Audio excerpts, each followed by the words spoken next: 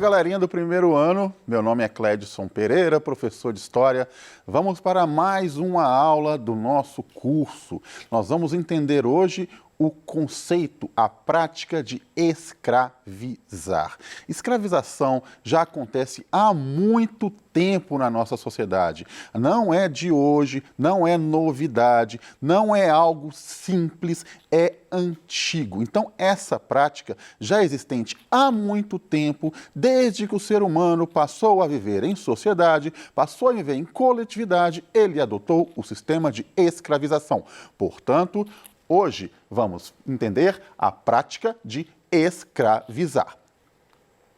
Os objetivos: conceituar o sistema de escravização. Não existe um sistema único, existiram vários. A escravização não aconteceu somente no Brasil, onde os europeus escravizaram pessoas negras vindas da África. Existiram vários povos, vários seres humanos sendo escravizados ao longo do tempo. Nós vamos entender este processo, diferenciar este sistema.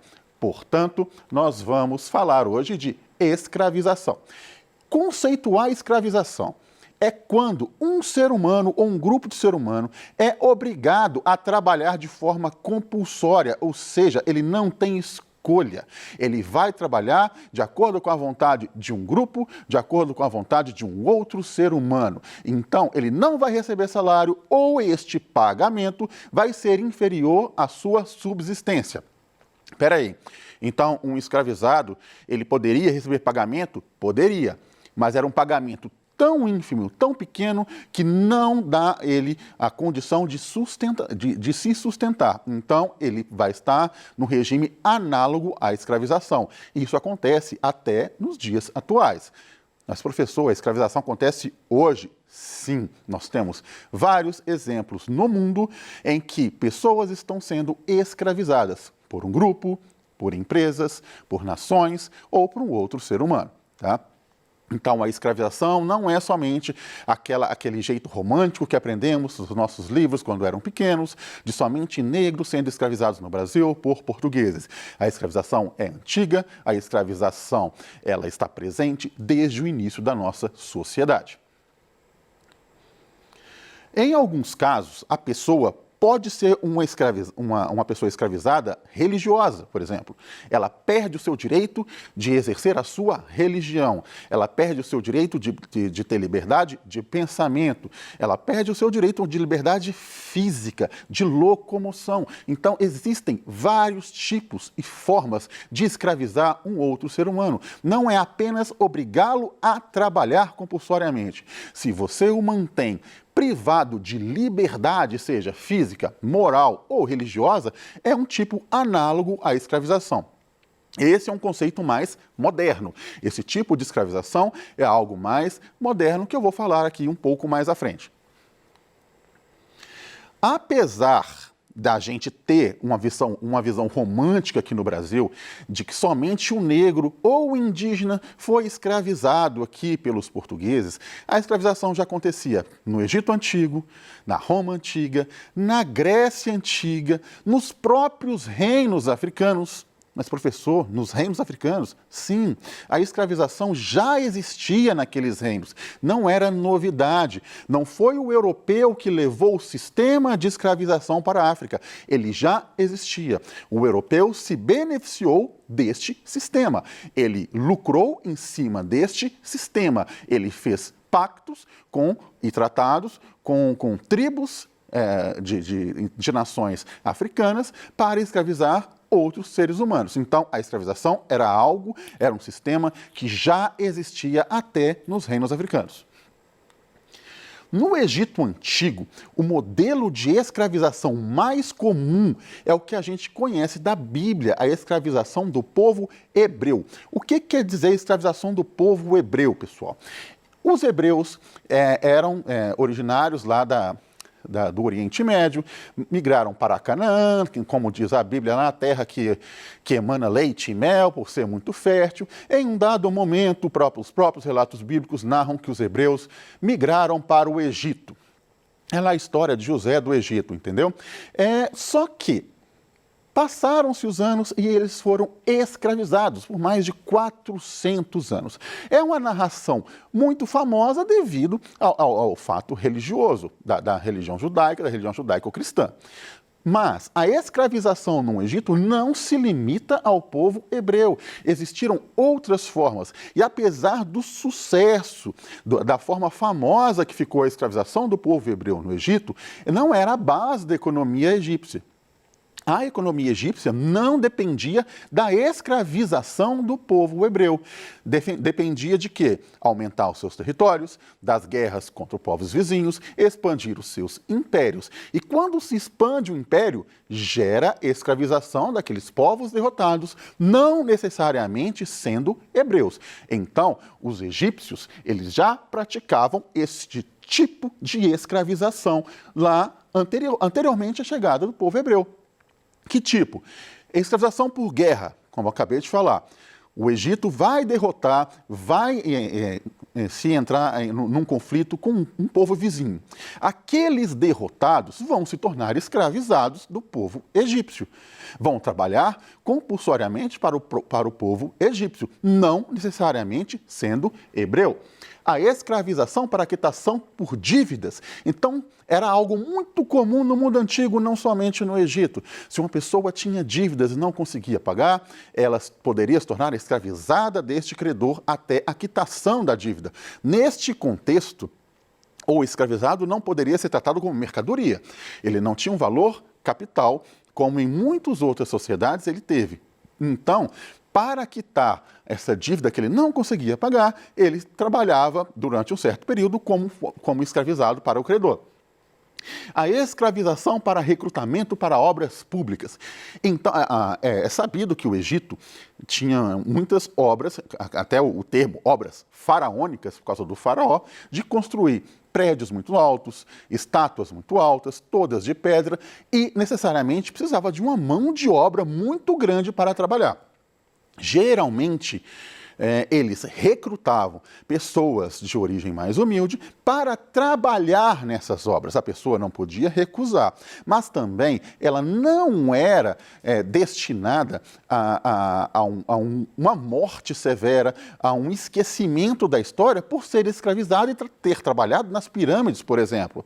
Sabe-se hoje que próximo ao Vale dos Reis, onde estão enterrados os reis egípcios, tem um cemitério destinado, uma área fúnebre destinada às pessoas que trabalhavam, né, nessas obras. Então, se elas fossem meros escravizados, que não tivessem valor para a sociedade egípcia, não teriam este espaço para a celebração da própria alma egípcia, como eles tratavam, da passagem para o outro mundo, como eles acreditavam.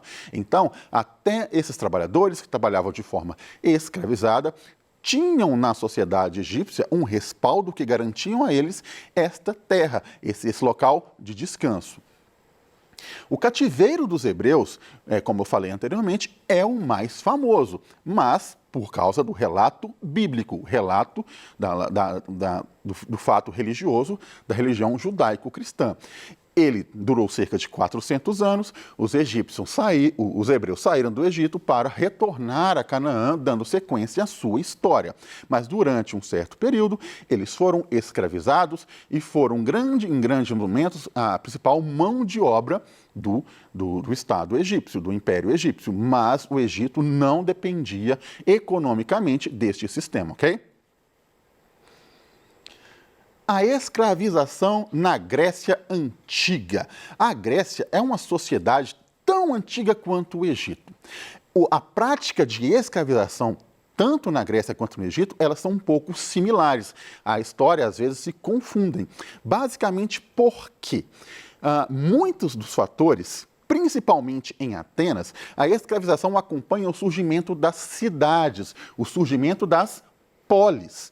O termo poli quer dizer coletivo, quer dizer urbanização. É quando a sociedade grega ela se torna tão complexa, tão densa, que vão ser criadas as cidades como a gente conhece, que em termo grego é a poli. Então, quando essas polis vão crescendo, vão se tornando complexas, vai começar a surgir a necessidade de uma mão de obra escravizada para trabalhar nestes locais, para suprir as necessidades desta sociedade. Principalmente em Atenas, a cidade mais famosa da Grécia Antiga, que é a capital da Grécia atual, ela foi um dos centros da sociedade escravocrata da Grécia, ok? Quem era escravizado, especialmente em Atenas, assim como no Egito, prisioneiros de guerra. As cidades gregas, as cidades-estados gregas, elas estavam sempre em guerra. Pode ser com outras cidades gregas, pode ser com povos vizinhos, pode ser até com outras nações. Sempre no mundo antigo, ou quase sempre no mundo antigo, quando um derrotado em guerra, ele tem a sua nação invadida, tem suas posses conquistadas pelo seu conquistador, o povo derrotado torna-se escravizado. E ser escravizados não era apenas trabalhar compulsoriamente, era pagar impostos ao seu dominador. Então, ser escravizado para aquelas nações, para aqueles dominadores, era uma fonte de riqueza. Estrangeiros ou bárbaros. Estrangeiro, pessoa que vem de fora. Então, a sociedade ateniense ela não era muito favorável à presença de estrangeiros. Eles chamavam esses estrangeiros de bárbaros. O que é um bárbaro? É qualquer pessoa que não tem a cultura grega. Mas no caso romano, qualquer pessoa que não professa a cultura romana. Ele é um bárbaro. Ele não defende o idioma grego, não defende uma forma de pensar grega, não defende o pensamento grego. Então, ele não é aceito por aquela sociedade. Então, estes bárbaros, eles podem ser escravizados. Geralmente porque não são bem-vindos naquele local. Outro, seres humanos escravizados, traficados por outros seres humanos. Existia um tráfico de ser humano, um tráfico de escravizado, que sempre gerou muito lucro. Então, pessoas vindas de locais distantes eram escravizadas e vendidas na própria Grécia para trabalhar, seja como serviço doméstico, para trabalhar no serviço urbano, para trabalhar até nos meios rurais. Então, este tráfico já existia, já era lucrativo e já era presente. Filhos vendidos por seus pais, parece absurdo, mas a Grécia Antiga era comum, era aceito. Um pai que tivesse com dificuldade financeira vendia seus filhos para serem escravizados, até para pagar uma dívida. Parece desumano aos nossos olhos de hoje, mas a gente não pode enxergar aquele fato que aconteceu na Grécia Antiga com os nossos olhos que temos hoje. Tá? Nós temos que imaginar o fato histórico. Então, os gregos também tinham o costume, tinham lá em sua cultura o fato de vender os filhos para serem escravizados. Ao contrário da maior parte das nações que praticavam a escravização, o escravizado poderia subir na hierarquia social. Não quer dizer que por ele ser escravizado agora, ele vai ser sempre um escravizado, ele vai ser sempre menosprezado. Quando um escravizado passasse o período de escravização, ou por quitação da dívida, ou por ter sua liberdade, ele poderia fazer parte da própria sociedade grega e ganhar postos sociais. Ele poderia se tornar, inclusive, um dono de escravizados, dono de pessoas escravizadas. Poderia se tornar uma pessoa importante no exército, poderia se tornar uma pessoa importante na política. Então, na sociedade grega, o fato de ser escravizado não significa que ele está isolado socialmente. Ele poderia transpor este limite da hierarquia social. A escravização na Roma Antiga, muito similar ao que acontecia na Grécia. Qual é a diferença? Aqui, a base da economia da Roma Antiga, ela é a escravização de seres humanos.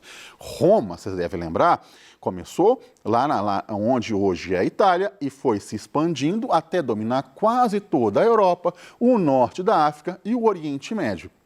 O que garantia a manutenção destes serviços e a arrecadação para o Estado era escravizar os demais povos. todo povo conquistado por Roma tornava-se escravizado de Roma. Teria que pagar tributos a Roma. As pessoas eram obrigadas a trabalhar para Roma. No caso do endividamento na sociedade romana, o escravizado não poderia ser vendido pelo seu dominador. Por quê? A minha dívida é com aquela pessoa, não poderia transferir esta dívida. Quando, no sistema de escravização por dívidas, a conta estivesse paga, o escravizado poderia ser liberto, ok? A escravização nos reinos africanos. Como eu disse aqui anteriormente, não foi o europeu, não foi o português, para falar numa linguagem mais próxima da gente, que nós somos brasileiros, que levou esse sistema para os reinos africanos. Temos que parar de pensar que a África, em comparação com a Europa, era um continente, uma sociedade primitiva. Não era. Ela era extremamente política, ela era extremamente complexa e tinha lá os seus avanços tecnológicos. Nós temos que parar de pensar que o europeu era mais avançado que os povos que porventura ele conquistou. A África já era complexa. A África já tinha reinos e reinos extremamente poderosos, extremamente ricos, extremamente densos e extremamente conflituosos.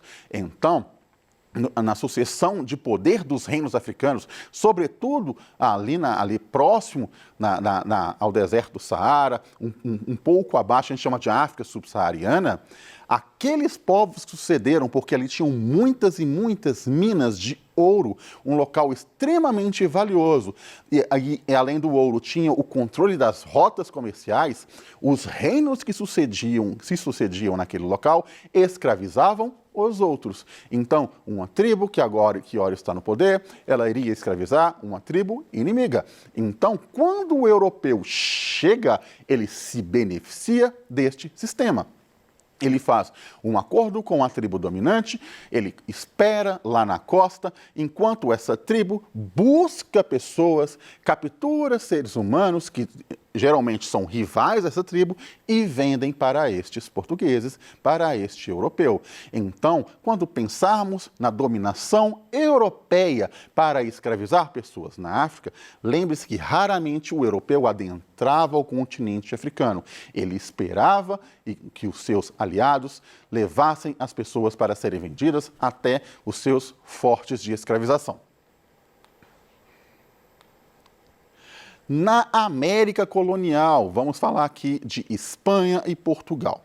Inicialmente, o objetivo era escravizar os indígenas. No Brasil, não deu muito certo, por uma série de fatores, pela pressão da Igreja Católica, pela não adaptação do nosso indígena ao sistema de escravização, mas lá na América Espanhola, o início da escravização indígena foi muito forte, foi muito violento.